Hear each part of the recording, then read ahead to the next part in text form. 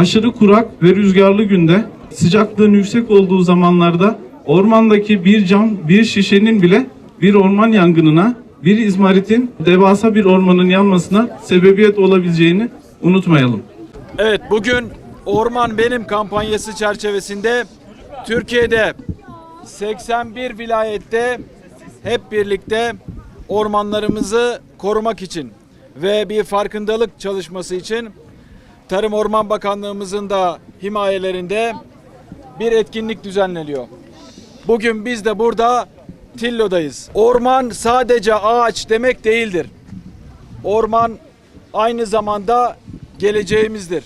Ormanda sadece ağaçlar değil, onlarla birlikte birçok canlı vardır. Orman yangınlarının büyük bir kısmı insan kaynaklıdır. Bizler eğer ormanlarımıza sahip çıkarsak orman yangınlarının azalacağını hep birlikte göreceğiz. Orman yangınlarının önemli sebeplerinden birisi de yangına müsait atıklar ve kuru otlar başta olmak üzere yangın sebebi olan materyallerdir. Bizim özellikle orman ve civarında mutlaka bu atıkları toplamamız, temizlememiz gerekiyor. Bizim ilimizde en çok yazın karşılaştığımız orman mevsimindeki sebeplerden birisi anız yangınlarıdır.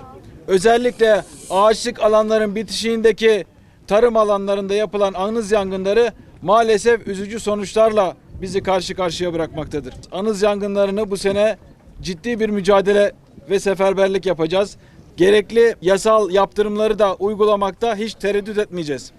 Bugün şehrimizce düzenlenen ormanları koruma ve temizleme projesi kapsamında Tillo'ya geldik. Bugün buradaki ormanı temizleyeceğiz. Özellikle geçen yıllarda ülkemizde çok sayıda orman yangını çıktı. Hayvan can kaybı olsun, insan can kaybı olsun.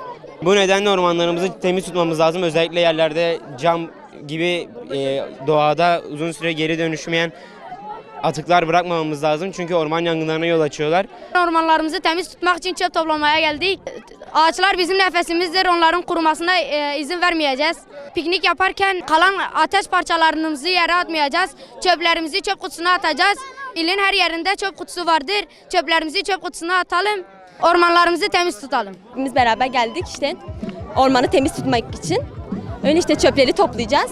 Güzel yararlı bir şey yapacağız dünyaya. Oksijen almamız için ağaçların yeşillik içinde kalması gerekiyor. Ormanlarımız bizim için çok çok önemli çünkü ağaçlar bizim nefes almamızı sağlıyor. Bu yüzden de buraya çöp toplamaya geldik.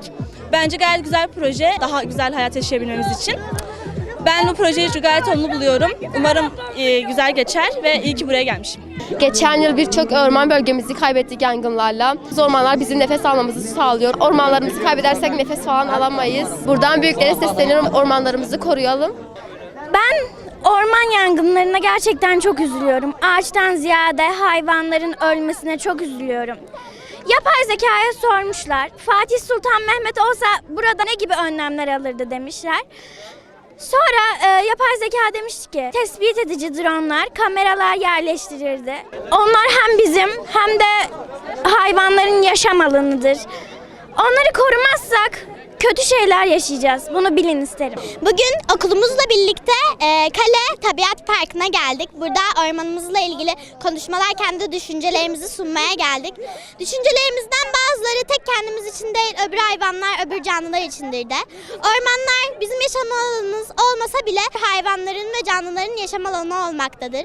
Yani tek kendimizi düşünmemeliyiz. Ailemizle veya arkadaşlarımızla pikniğe gittiğimiz zaman yerlere çöp atıp yangın yapmamalıyız. Onlar bizim için çok değerliler gerçekten. Onlar bize oksijen veriyor. Bizim hayatta kalmamızı sağlayan orman unsurlarına lütfen zarar vermeyelim. Bugün Tillo Tabiat Parkı'na Orman Benim etkinliğine geldik.